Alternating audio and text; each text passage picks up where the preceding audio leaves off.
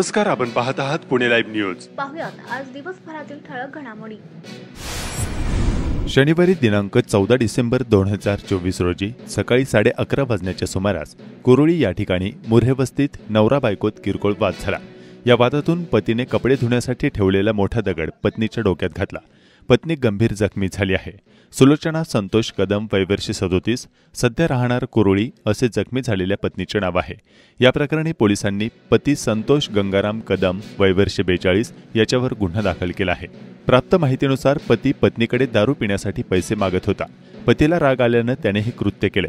सदर महिलेची प्रकृती चिंताजनक असून पुढील तपास महाळुंगे MIDC पोलीस करत आहेत।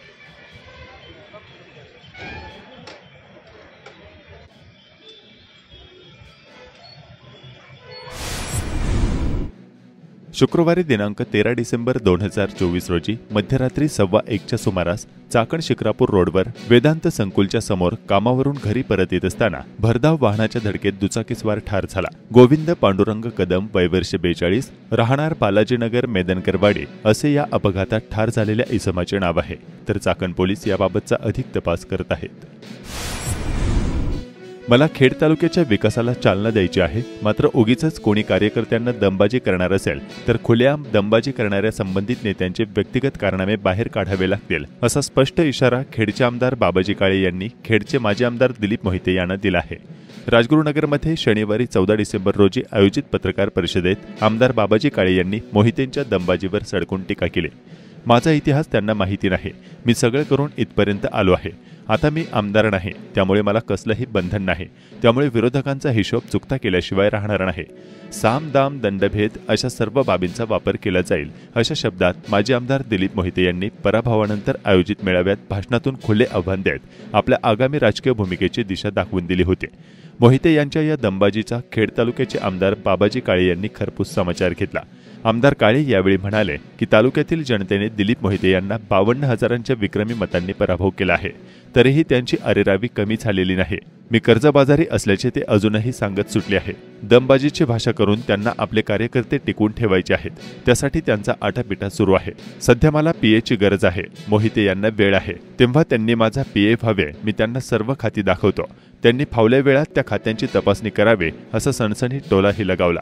मोहिते यांच्या सर्व प्रश्नांना आमदार काळे यांनी यावेळी उत्तरे दिली।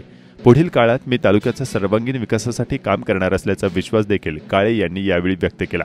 या पत्रकार परिषदेचे सविस्तर वृत्त पुणे लाईव्हवर उपलब्ध असून ते आपण पाहू शकता। यांच्या या दमदाटीवर विश्वास ठेवू नये। खेड तालुका कृषी उत्पन्न बाजार समितीचे आर्थिक दुर्बल घटक गटातून निवडून आलेले संचालक अशोक राक्षे यांचा उत्पन्नाचा दाखला रद्द केल्याचा निर्णय मंगळवारी दिनांक 10 डिसेंबर रोजी खेडच्या तहसीलदार ज्योती देवरे यांनी दिला होता। त्यानंतर मुंबई उच्च न्यायालयाने तहसीलदार ज्योती देवरे यांना मोठा दणका दिला। खेड बाजार समितीचे संचालक अशोक राक्षे यांचा दाखला रद्द करण्याच्या खेडच्या तहसीलदारांच्या निर्णयाला उच्च न्यायालयाने शुक्रवार दिनांक 13 डिसेंबर 2024 रोजी स्थगिती दिली। याच दरम्यान बाजार समितीशी संबंधित मद्य विक्रीच्या काही दुकानांच्या अनुषंगाने चुकीच्या बातम्या देण्यात आल्यानं खेड बाजार समितीचे सभापती विजयसिंह शिंदे यांनी पत्रकार परिषद घेऊन त्या बदनामीकारक बातम्या निराधार असल्याचे सांगत याबाबतचे खरे पुरावे पत्रकार परिषदेत मांडले। त्याचप्रमाणे उच्च न्यायालयाने दिलेल्या स्थगितीचे स्वागत केले आहे। यावेळी आमदार बाबाजी काळे यांच्या सर्व संचालक उपस्थित होते। उत्पन्न बाजार समिती असेल किंवा त्या संदर्भात काही लोक काही चुकीच्या बातम्या पेरायचं काम त्या ठिकाणी करत आहेत आणि गेले 2 दिवस आम्ही मुंबई हायकोर्टामध्ये अशोकदादा राक्षेंच्या संदर्भामध्ये असल्यामुळं मला पत्रकारांची संवाद साधता आला नाही। तो ज्यावेळी मी इकडे आलो काही बातम्या सोशल मीडियावरती बघितल्या तर त्यावेळेस मला काही गोष्टींचा खुलासा त्या ठिकाणी करावासा वाटला आणि तो केला पाहिजे, कारण विजय शिंदे चुकीचं काम करतोय का संस्थेची बदनामी त्या ठिकाणी होती, ह्या 2 गोष्टी फार महत्त्वाच्या। राजगुरुनगर शहरातील वाडा रस्त्यानं पुणे नाशिक महामार्गावरील थिगळस्थळ पडाळवाडी आदी भागांना पाणी पुरवठा होणाऱ्या पाण्याच्या टाकीची मुख्य पाईपलाईन फुटली आहे। त्यामुळे पाणी पुरवठा करण्यात व्यत्यय येत असून या भागाला कमी दाबानं पाणी पुरवठा होतो।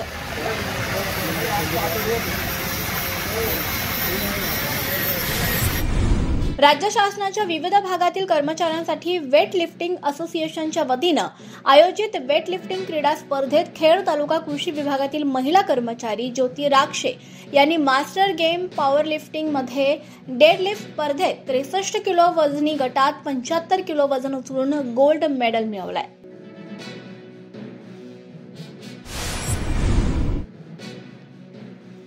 दी पुना मर्चंट चेंबर तर्फे दिला जाणारा आदर्श व्यापारी उत्तम पुरस्कार 2024 हा मानाचा जिल्हास्तरीय पुरस्कार राजगुरुनगर शहर व्यापारी महासंघाचे विजय भन्साळी यांना देण्यात आला। खेड तालुक्यातील वाकी बुद्रुक गावातील भैरवनाथ विद्यालयामध्ये विज्ञान अपूर्व मेळावा आणि आंतरशालेय विज्ञान प्रदर्शन आयोजित करण्यात आलं होतं। विद्यालयामधील 300 विद्यार्थी यात सहभागी झाले होते। खेड कृषी उत्पन्न बाजार समितीच्या चाकण येथील महात्मा फुले मार्केटमध्ये शनिवारी 14 डिसेंबर रोजी पालेभाज्यांची भरपूर आवक झाली। मात्र ग्राहक नसल्यानं या पालेभाज्या चक्क 1 रुपये जुडी दरानं विकण्याची वेळ आली। मागील काही दिवसात पालेभाज्यांचे दर कमालीचे घसरलेत, त्यामुळे भाजीपाला उत्पादक शेतकरी चांगलेच अडचणीत आलेत।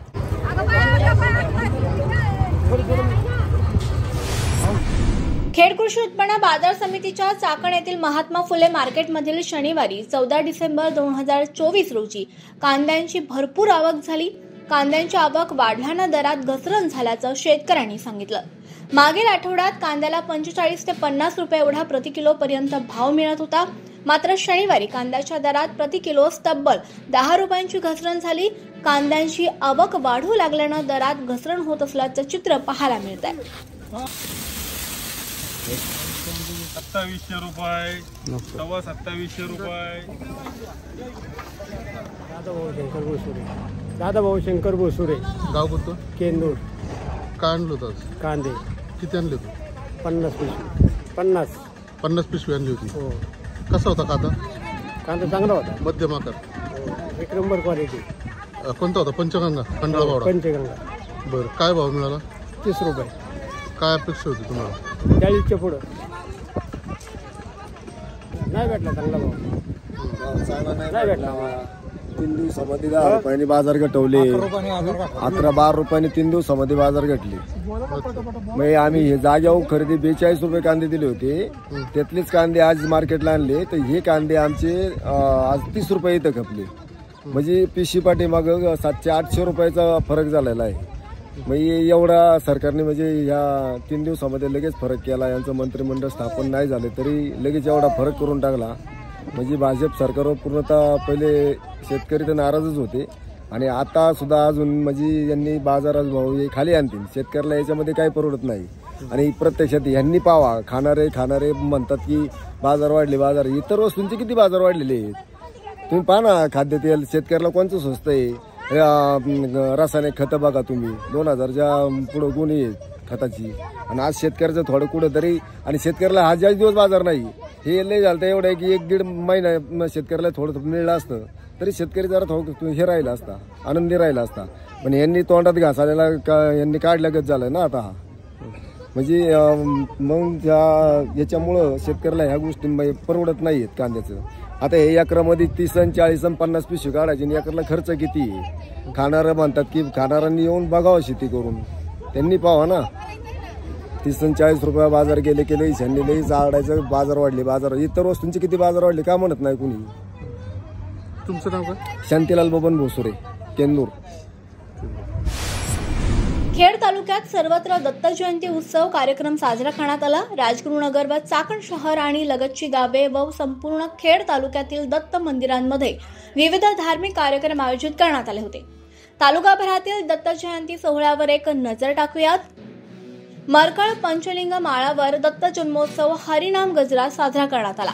म्हाळुंगे MIDC पोलीस ठाण्यात प्रथा परंपरेनुसार दत्त जयंती उत्साहात साजरी करण्यात आली। अभिषेक, महापूजा यज्ञ, संगीत भजनाचा कार्यक्रम व महाप्रसाद अशा विविध कार्यक्रमांचं आयोजन करण्यात आलं होतं। चिंबळी परिसरात दत्त जयंती निमित्त विविध कार्यक्रमांचं आयोजन करण्यात आलं होतं। राजगुरुनगर शहरातील खालची वेशीजवळ श्री दत्त विश्वस्त मंडळाच्या वतीनं दत्त जयंती उत्सव विविध धार्मिक कार्यक्रमांनी साजरा करण्यात आला। राजगुरुनगर ST बस डेपोतील दत्त मंदिरात अन्नप्रसादाचं भाविकांना वाटपही करण्यात आलं।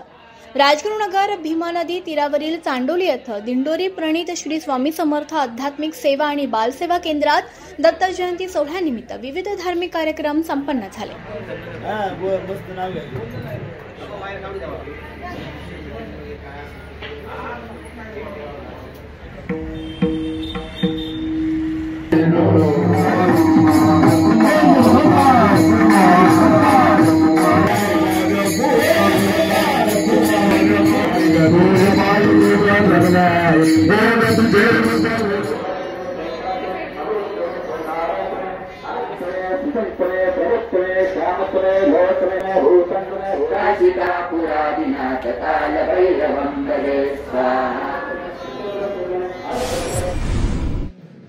चाकण औद्योगिक भागात वाहतूक कोंडी टाळण्यासाठी वाहतूक पोलीस आणि प्रशासनानं वेगवेगळे बदलांचे प्रयोग केले. त्या माध्यमातून काही राष्ट्रीय महामार्ग एकीकरणाचा प्रताप शासनानं केला.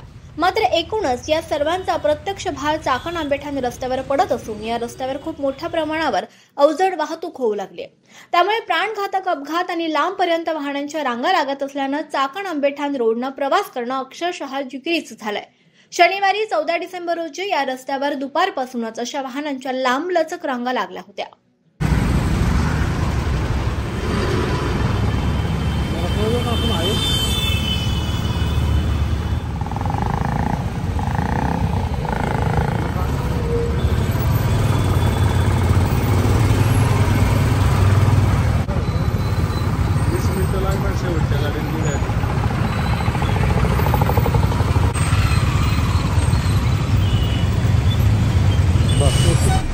श्री शिवाजी विद्या मंदिर आणि कनिष्ठ महाविद्यालय चाकण या प्रशालेत वार्षिक स्नेहसंमेलन आणि विविध गुणदर्शन कार्यक्रम साजरा करण्यात आला. या कार्यक्रमात 9वी ते 12वी पर्यंतच्या विद्यार्थ्यांनी सहभाग घेतला होता.